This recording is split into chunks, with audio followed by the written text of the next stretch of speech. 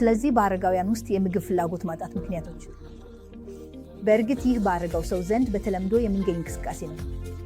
በእርግጥ ዛሬ ብቻ 3 ወይም 4 አረጋው ህመምተኞችን አየው የምግብ ምርመራ ላይ ያስታውቀው ነበር። እንግዲህ በአረጋው ዕድሜ ላይ የምግብ ምርመራ አስቀድሞ በርካታ ምክንያቶች ያለው አሰፋላሊ ጉዳይ ነው። እኔ የምነገሩ በጣም የተለመደው ምክንያት የምግብ መምጠጥ እና መውሰድ የማይችሉ ነው። ብዙዎቻቸው የማይለቀስ ሆነው ይኖራሉ። ጋዝ አላቸው፣ እንቅስቃሴ አላቸው፣ የሆድ ችግር አላቸው፣ እንዲሁም የአሲዲቲ ችግር ያስታውቃሉ። ብዙ አረጋው ሰዎች ብቻቸውን እንደሚኖሩ ይመስላል እና ይህ ብቸኝነት ከአንድ ቦታ ወደ ሌላ ማንቀሳቀስ ችግር በተጨማሪ ምግብ ማግኘት እንዲያስቸግራቸው ያደርጋል።